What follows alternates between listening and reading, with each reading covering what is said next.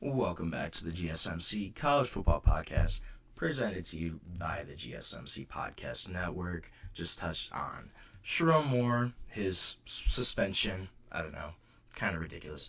But we're going to switch gears, talk a little bit about some of the big-time commitments this week across college football.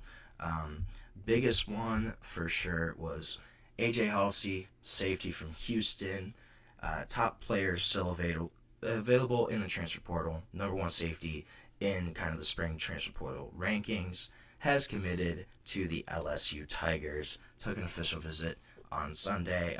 Miami, Ole Miss, SMU, they were all kind of still in contention for his pledge. This is a big pickup for LSU, solidifying a really great transfer portal haul for the Tigers this year. Brought in 15 to 18 guys. Filled a lot of holes at different positions there, but AJ Haulcy is going to be a guy that steps in on the back end and really could solidify that safety position. 6 foot 215 DB, has started 32 games over the past 3 seasons. Last year had a really great season. First team All Big 12, 74 tackles, 8 pass breakups, 5 interceptions, tied for most in the conference there. This is a kid that's a baller. Began at New Mexico in 2022, earned a starting role there as a true freshman, came in right away, played super well, 87 tackles in that true freshman season, and then entered the portal, went back to Houston where he's from. Kid that has produced every single year in college. As a sophomore in 23, had 98 tackles as a safety, which was the team high, which is incredible when you think about it. You're a safety, not a linebacker. Come down making almost 100 tackles is really impressive. And then you follow that up with an even stronger junior season this past year, where you're first team All Big 12, first team All Conference, gonna step in and solidify a spot that was a question mark for LSU. This is a really big pickup, especially when you consider that he was looking at Ole Miss was one of his other options. So you get a guy that was potentially going to go to one of your conference rivals. You get him solidified a spot on the back end of that defense that really struggled last year, especially in terms of giving up big plays. This is a guy that's a ball hawk that should do really well for LSU there, and a guy that's going to slide right in and solidify a starting position for them. Another transfer portal pickup I thought was kind of interesting was a pair of brothers. So Bear and Tiger Bachmeier, yes, those are their actual names, are Bear and Tiger. They're transferring from Stanford to BYU. This is both a good short-term and long-term move. Bear Bachmeier is a quarterback. He committed on Saturday morning. This is a kid that was a class of 2025 recruit, committed to Stanford out of high school, enrolled there this spring, decided to transfer to BYU. He's not going to play this year. They have incumbent Jake Ratzlaff at quarterback. Should be one of the guys in contention to be the backup this year, and then potentially compete for the starting job in 2026. He said he was attracted to BYU's kind of open offensive scheme. They also have a rich history of quarterbacks, and that includes this pretty strong recent run under offensive coordinator Aaron Roderick. Obviously, not a great NFL quarterback in Zach Wilson, but a kid that had a really great career at BYU.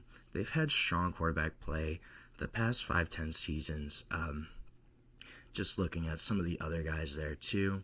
And also, historically, you have guys like Jim McMahon from the Bears, Ty Detmer, who was a really great college quarterback, and then Steve Young. These guys all went to BYU, so that was all kind of played a role in Bears' decision.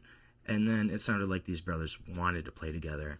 So Tiger Bachmeier, wide receiver though, he also committed to BYU. They're going to play together.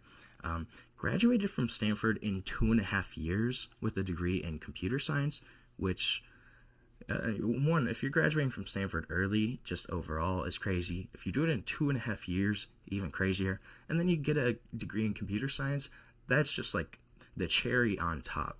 Pretty unbelievable there. But this is a kid that's going to step right in. Should be an immediate contributor at the wide receiver position. Over the past 2 seasons, he's had 46 receptions, just under 500 receiving yards, 2 touchdowns for Stanford. So a guy that can really step in, help that wide receiver room, at the very minimum, gives them a little more depth there for BYU. I just kind of like the brothers, the name there, Tiger and Bachmeier. That's pretty cool. Then another guy, Javian Osborne. This is a big-time pickup at the running back position for the Notre Dame Fighting Irish. Beat out Michigan for this guy's signature, number 6 running back in the country, only 5'9", 190, and from Forney, Texas. But this is a kid that said he wanted to play up north. I thought that was kind of interesting. I personally, if you're from Texas, I don't know why you want to play up in the cold, but that's just my opinion.